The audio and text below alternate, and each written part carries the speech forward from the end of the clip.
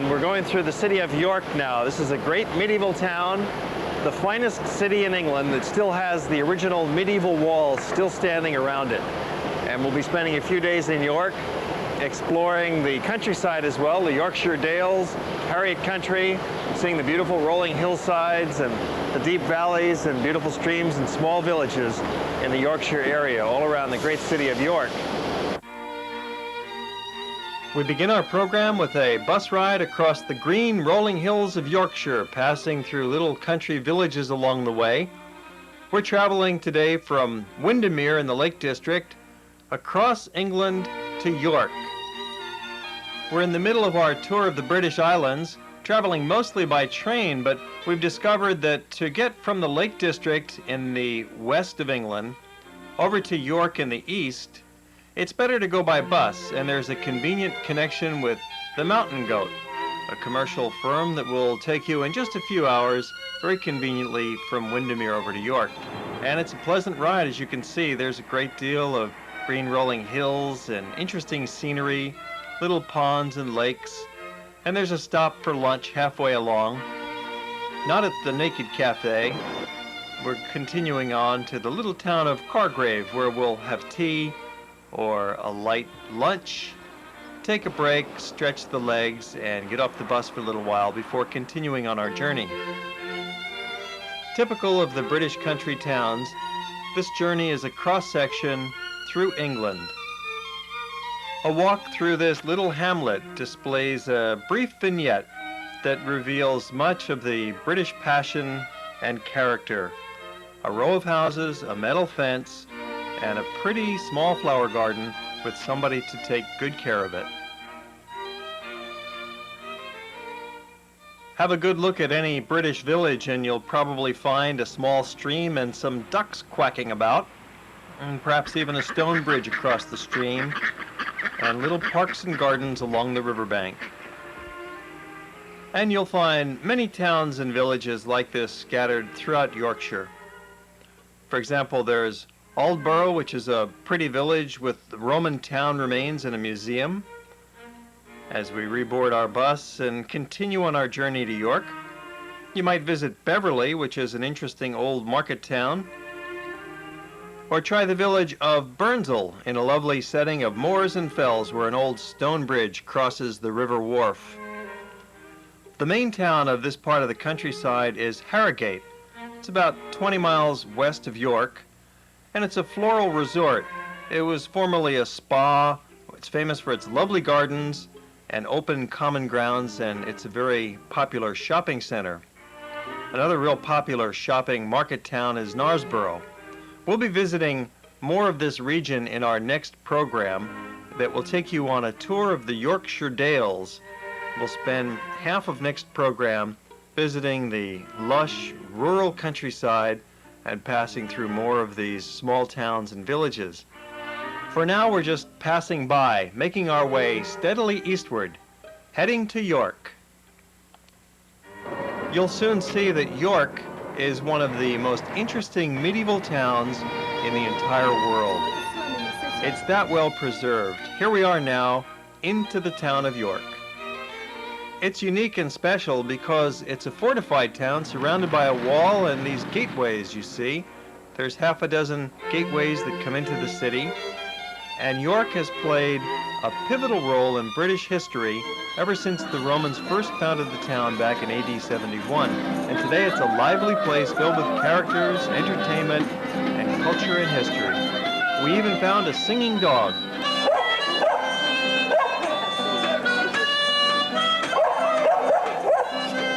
You can easily find 100 things to keep you busy in New York, from the entertainers to the narrow market streets to the museums, walking the wall, and taking various tours that are offered.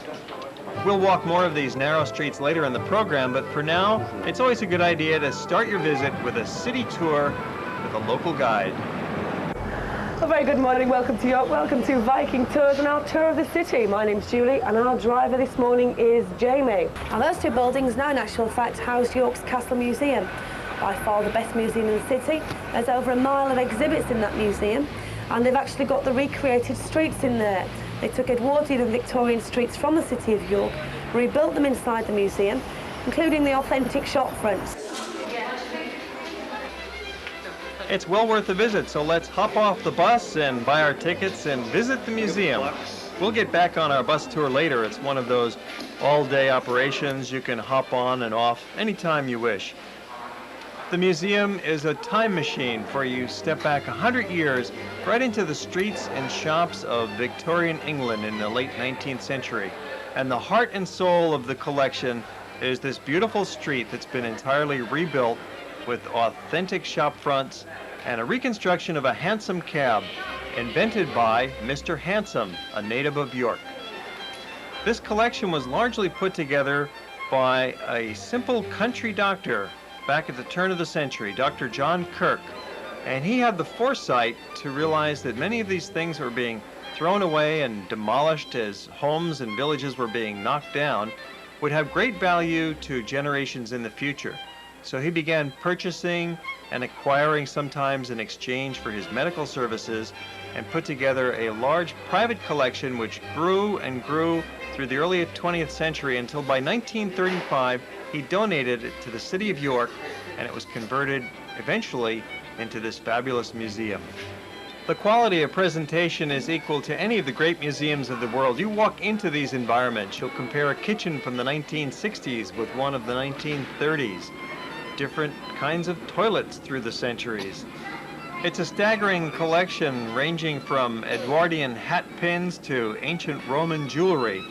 And even the plainest of objects, such as this simple two-holer, take on a captivating meaning here in the context of the museum. Something for everybody. You'll see shops that provided old sheet music, china, boots, saddles. There's an Edwardian bathroom where you can see how people showered 100 years ago.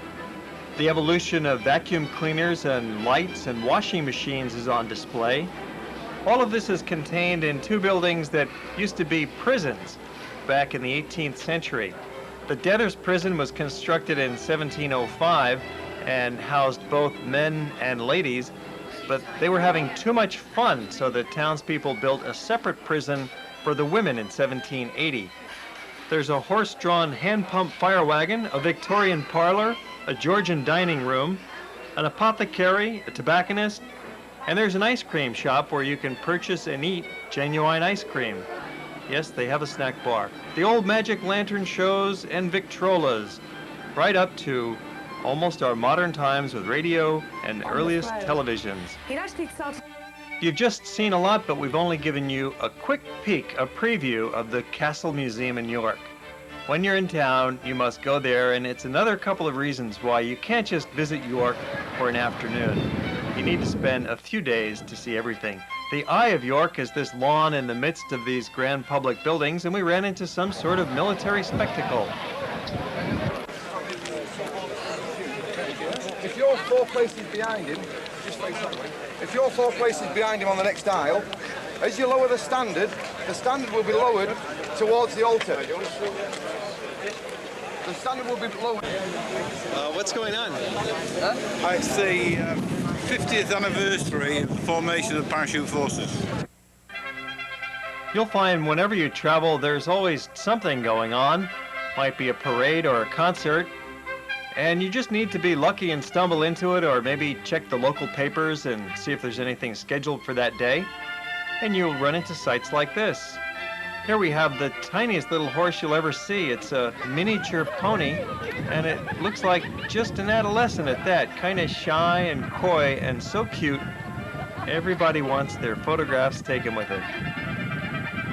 It's quite the ceremonial place with all this pomp surrounded by the castle museums and the old law courts and Clifford's Tower on the other side, originally built for William the Conqueror. Walking is definitely the best way to see this old city, and it's a small town actually. It's only 1 square mile, so within a few hours you can see many of these fine streets and attractions. And of course there's dozens of restaurants and pubs and cafes and tea rooms and sandwich shops where you can refresh yourself. Stonegate is famous for the Little Red Devil. It was one of the original Roman streets.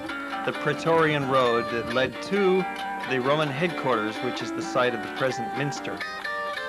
Most of the streets in this historic center were laid out by the Romans when they first settled the town back in the late 1st century. The Shambles is a street that's perhaps most famous in all of York, and you'll come back to it many times in your wanderings around the town.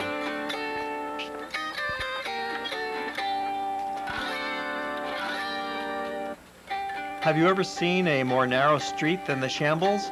They say it's popular for neighbors on opposite sides to reach out their windows and shake hands with each other. History comes to life in York. We hear music and see costumes of the Elizabethan days played on the autoharp, which is a musical instrument from the Victorian period about 100 years ago, surrounded by buildings that date back many hundreds of years. The Romans occupied York until the beginning of the 5th century, and during that time it was one of their most important cities and was a base for the armies that manned Hadrian's Wall that formed the northern boundary of the Roman Empire. 2 Caesars died here, and Constantine, one of the most famous Roman emperors, was crowned here and went on to legalize Christianity and found the city of Constantinople on the far opposite side of the far-flung empire. When the Romans left in AD 406 to defend their homeland, so too did Christianity, and there followed a time of destruction and strife about which little is known. One legend holds that King Arthur settled in York and captured it for some time.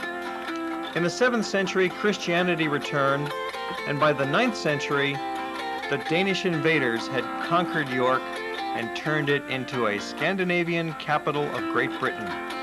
Many of today's street names are Scandinavian, and notwithstanding the Vikings' horrible reputation, the Danes contributed many important aspects of the modern culture of York.